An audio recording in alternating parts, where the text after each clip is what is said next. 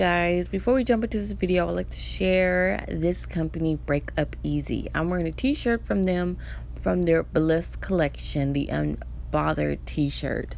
Right now, if you buy 3 shirts, you get free standard shipping, and also you can use my discount code BlackSwan10 to save 10%. This company is especially important because it embodies female empowerment. So please support your small brands and check them out on Instagram at BreakUpEasy. Hey everyone, it's me again, anyway, Black Swan, and I'm back again with another video. So this is gonna be an update, but while I'm updating you, I'm gonna try this new skincare routine, and we're gonna see how this works. I got this skincare regimen from Reynas Royal Chamber. So I'm just gonna go ahead and prep my face with this, try to open up my pores. While I'm doing this, I'm gonna go ahead and tell y'all a quick recap on the pregnancy. The pregnancy was crazy. If you didn't see my first pregnancy video, which you probably have not, because baby girl, nobody checking for me. So I got pregnant in July. I didn't find out I was actually pregnant till about 3 months after. I was about 3 months pregnant when I found out. So when that happened, I didn't have any insurance. So I was paying for my checkups out of pocket, which is crazy. Okay, I was coming off of so much money per checkup. The doctor that I had, she was okay, and it just so happens she was a woman of color, so I automatically put my bias on her because she looked like me, which was another thing, which is another no-no. Just because they look like you does not mean that they're gonna have your best interest at heart. And all that happened, I finally got insurance through the marketplace, you know, Obamacare. So I did that, and the doctor that I was seeing just so happened to not no longer work there, and they didn't tell me. And also the staff there, they didn't want to take me anymore. They didn't take the insurance that I had during the marketplace. That was a big no, and I didn't like their attitudes anyway, because it was like, oh no, we don't take you. So, you know, they was just kind of like, shoo, bye girl. So I found a new doctor. This new doctor is amazing. Okay, I think I'm done with that.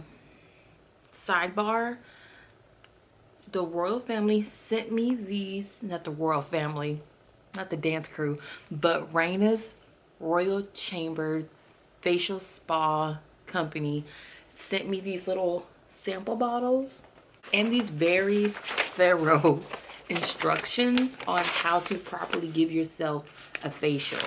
So I really do appreciate that, because girl, I'm not an expert on this. So like I was saying, the doctor, my new doctor, is amazing. Like, she's really good at what she does. She actually specializes in fetal care. So that was really good, because I was at that time high-risk pregnancy, because I had to go to the ER twice for heavy bleeding due to subchronic tears or hemorrhaging, however you Google it.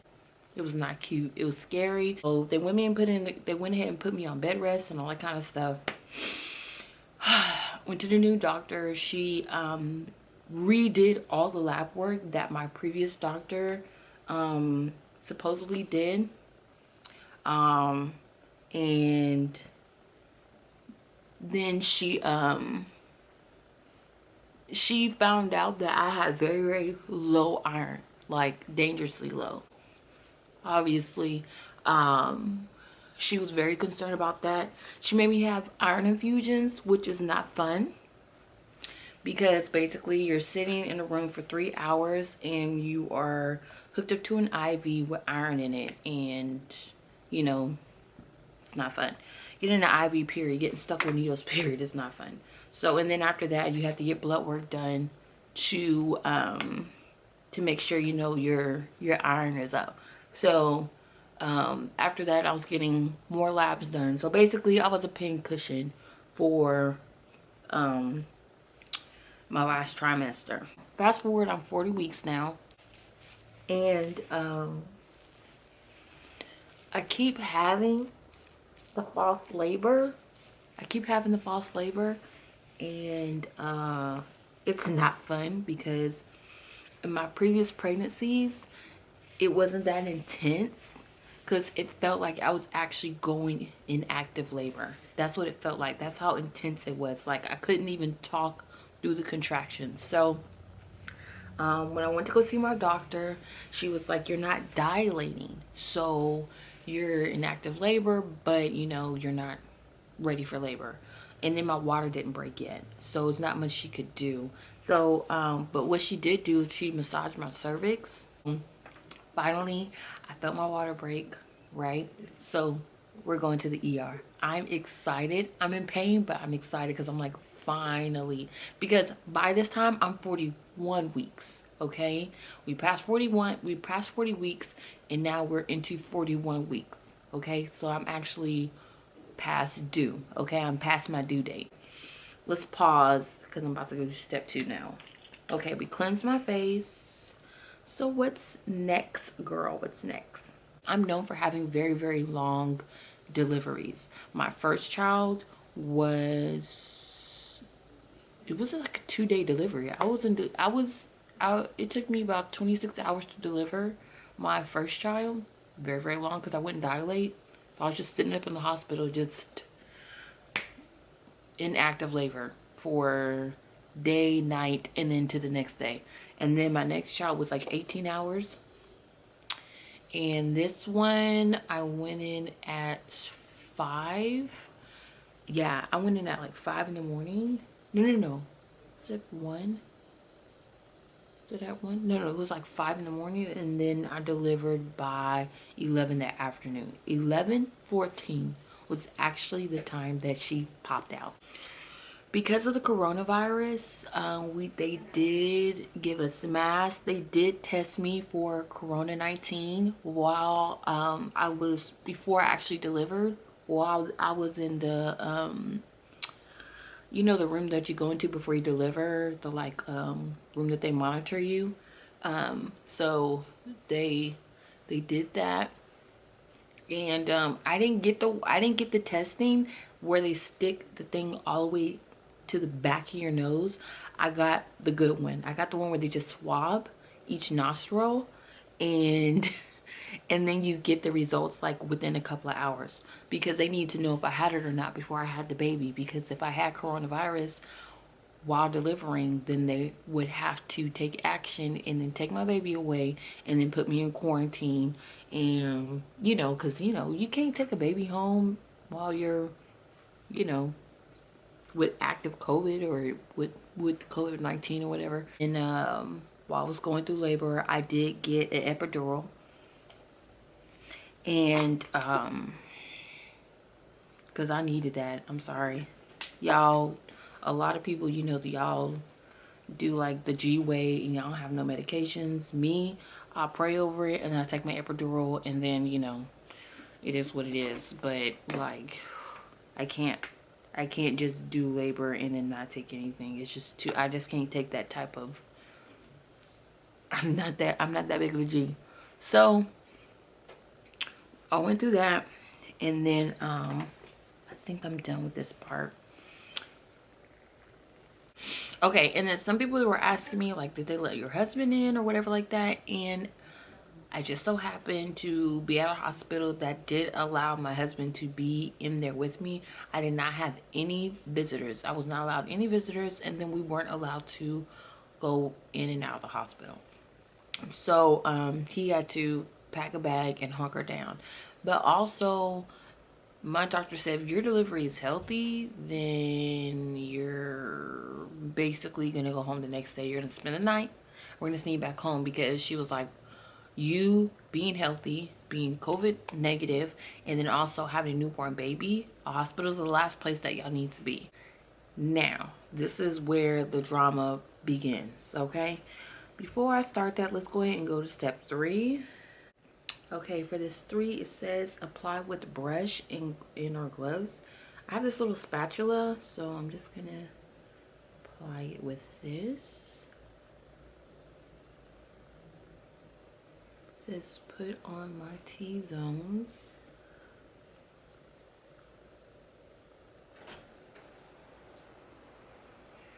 Okay, I'm not gonna be able to set this on because it's tingling a whole lot. So I'm just gonna take this right back off because it's like really tingling, just too uncomfortable. So she said in the description, it says if it's too basically listen to your face. If it's irritating you too much, take it right off. She says that with your directions when she sends it off. So I did that. My face feels good though. Okay, while we're doing 4, we're gonna get into the drama. Okay, 2 days after the delivery, I'm home, right? And I started to get a lot of swelling, which is not uncommon. After you deliver, you get swollen. Like, you know, my face was getting big and I had big legs. My hands were even swollen and my stomach had a lot of fluid too. It's just fluid from the delivery, right? So with that being said, I swelled up on both my other pregnancies. So I didn't think nothing of it because I was just like, oh, this is just something from the pregnancy. Then I started noticing I was getting these really bad headaches, and I was like, huh, that's weird. That must be from the epidural because, you know, like you get the headache. I was told by somebody that, you know, you get headaches after you get an epidural. So I was just like, ugh, that's not good. Maybe my body's just reacting really bad to this time around. I'm just sitting here making excuse after excuse after excuse. So my symptoms worsened within the next few days. So we're going into the next week. So I've been in pain for what, 4 days now after the delivery. Headaches, everything, just not going well. So it got to the point to where I was having difficulty breastfeeding. It got to the point to where when I would sit in a car, every time I sit upright, I was getting these fierce headaches. It would start in the back of my head and it would just work its way around and my eye would water. Like it was getting unbearable, and it was every time I was sitting upright. It went from the fluid to the headaches, and then I was having problems breathing. Like gradually within the 4 days, I just slowly started to worsen. And it got to the point to where I was just like, this is not me, myself making all excuses. I was like, okay, this is not normal. And I can't take it. Like I really can't take it. And also my doctor, after you know, deliver, they always give you like pain medicine to take home, right? The ibuprofen that she prescribed me was just like I was popping M&Ms. Like it was just doing nothing for the pain, absolutely nothing. It was just progressing, and it was getting to the point to where I couldn't even breastfeed my baby because every time I sat up to feed her, I would just start getting the headaches, and it was just so uncomfortable. And then it got to the point where I was just breaking down crying. I was like, when am I going to stop feeling pain? Because during the pregnancy, I was going through a lot of pain. Delivery was painful, and now after, I'm feeling more pain. It just got to the point where I was just tired of feeling uncomfortable and feeling pain. Mentally, I was breaking down because all these months, like especially like my last trimester, I was really going through it. Like it was, my body was hurting. My body was hurting all the time. Not just like no, I'm not talking about like contractions or nothing. I'm just talking about physically my body was just worn down from my muscles, like because you know I put on all that weight, so my joints were like all sore and aching. Like I had constant pain in my knees. My feet were always swollen and aching. My stomach, my whole torso was so uncomfortable and just like thrown out of place. I was just there. I couldn't be comfortable. Like laying down, felt like I was suffocating. Sitting up, I felt uncomfortable. Like I just wasn't feeling like myself. And it's been so long since I felt normal. I called my on-call physician. It was like 3 in the morning. I called her and I was like, I told her my symptoms, and then she just stopped and she was like, go to the ER. Go to the ER. And then she wouldn't tell me what it was. She was just like, you need to go to the ER right now, Robin. Immediately. So when she said it like that, I told my husband, I was like, I need you to take me to the ER. So we went. As soon as we went in, they admitted me. And the ER doctor, who's not a cardiologist, he's just the ER doctor, girl. He was like, I think you have heart failure. And I was like, what? Excuse me? How are you just going to drop that on me and then just be like, we're going to admit you, and then here's a slew of tests and labs that you're going to have to do because we think you have heart failure? While I'm in there, mind you, I'm by myself because we're still in COVID. We're still in quarantine and the hospital is on 1,000. So my husband could even go into the waiting room with me. He couldn't even walk through the doors with me. I had to be completely by myself. So anyway, we're in the ER. I'm alone. He tells me I have heart failure, which is rare, but not uncommon for women who just deliver. They immediately gave me an MRI, CAT scan or whatever. Then they gave me an EKG, and then they hooked me up to like the heart monitor, you know, where they stick the things on, and then you have to walk around with like the little heart monitor thing. And then my blood pressure was high. Like when they first admitted me, my blood pressure was 164/72. It was scary. I've never had blood pressure issues. That was going on. I call my husband. As soon as he says that, he leaves and he goes, we're going to admit you. Then they leave it like, we're going to go prep a room for you and then we're going to move you.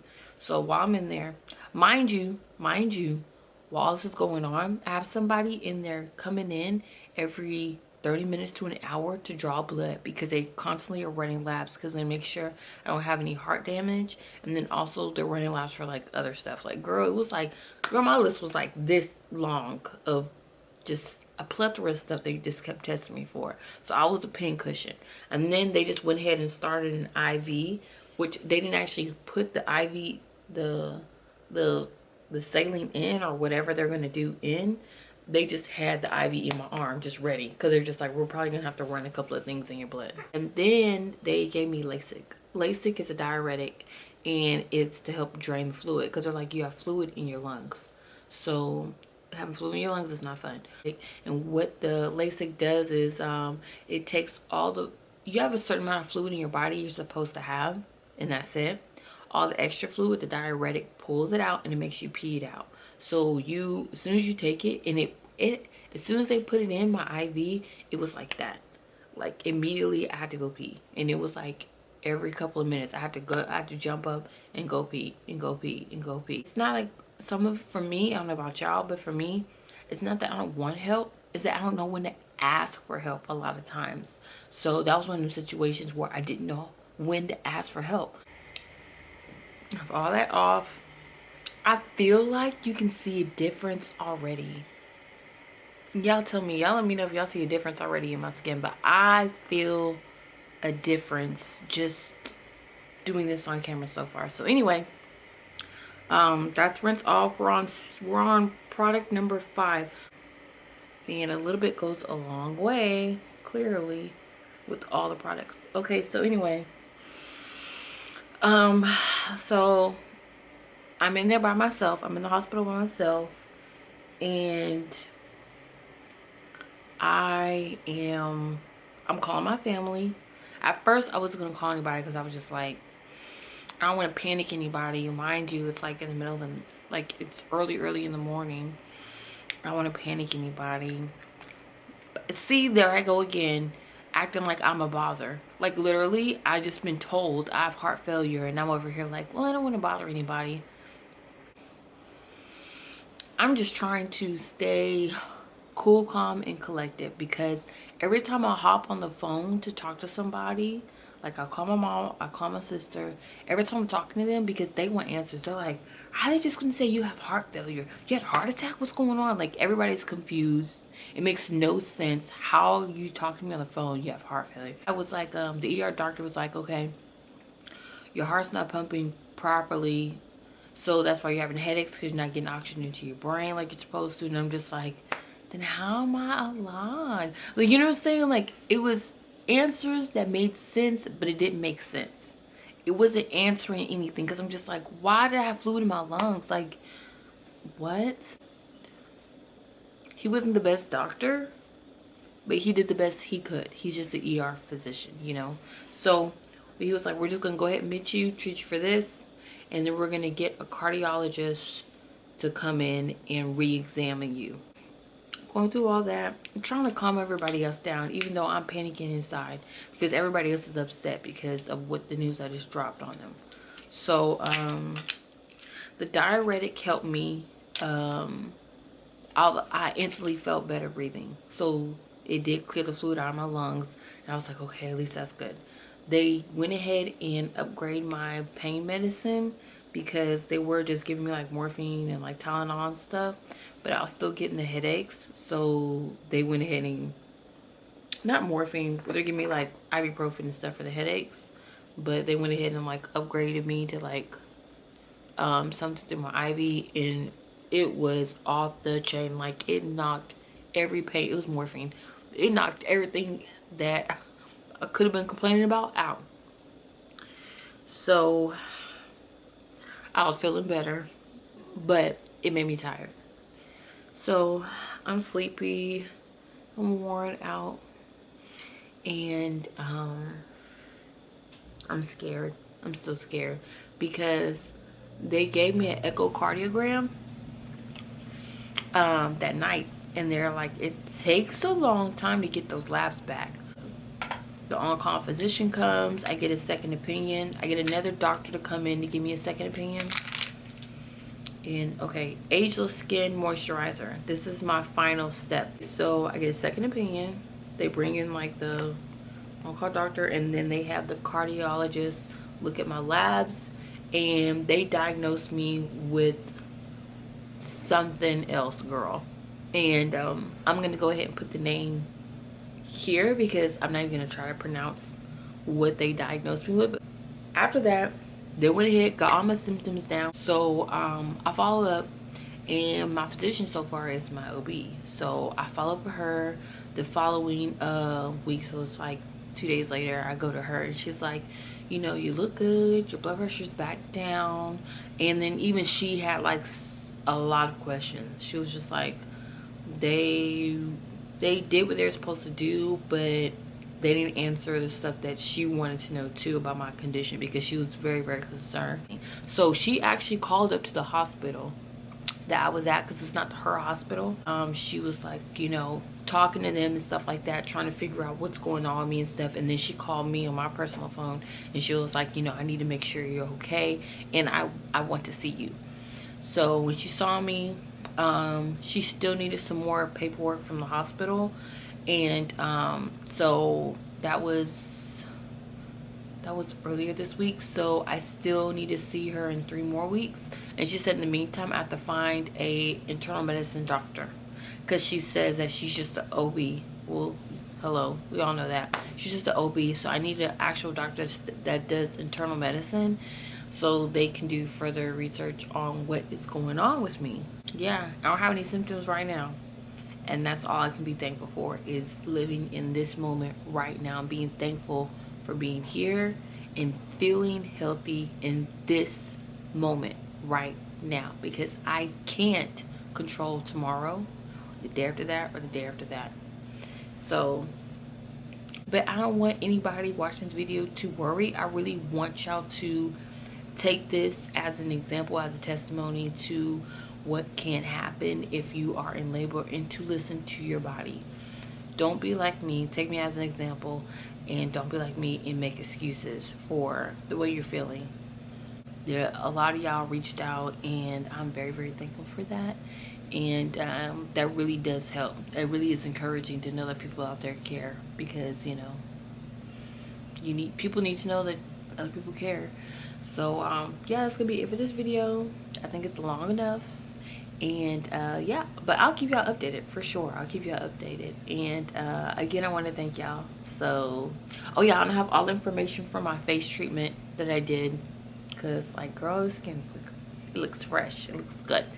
So yeah, but that's gonna be it for this video. Thank you guys, and I'll see you on the next one. Bye.